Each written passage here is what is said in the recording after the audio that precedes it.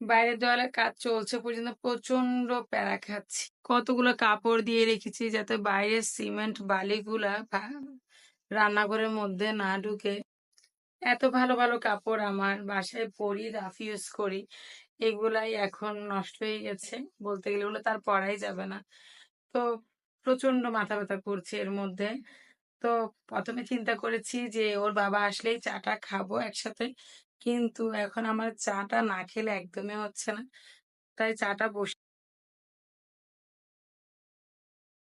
একটু লিকার করে চা বানাবো আজকে। অন্য সময় একটু সেভ করে বানালেও আজকে কিন্তু একটু কড়া করে খেতে চলেন এই বৃষ্টির মধ্যে আপনাদেরকে বাইরের ভিউটা দেখাই।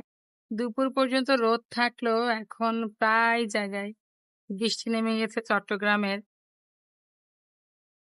সুন্দর না? আর এটা হচ্ছে আমাদের ছাদ। আশা করতেছে তো কয় আছে যে অনেক মার খেয়েছে নাকি।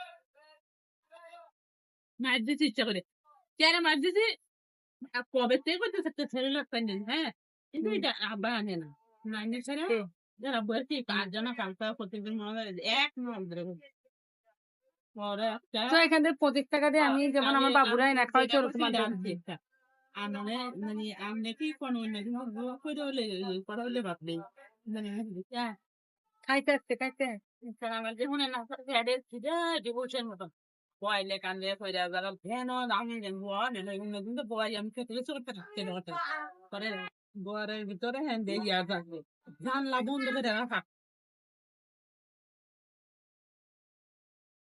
তোমার বাইকে 2টা খাওয়াই দাও খাও খাও খাও খাও খাও খাও, হ্যাঁ ওয়াও ভেরি কোন রকম বাচ্চাকে জুস দিতে পারা কি আর করব মা ছেলে দুজন একাই থাকি বাসার তো দুজন মিলেই মজা করি কোন রকমে একজন আরেকজন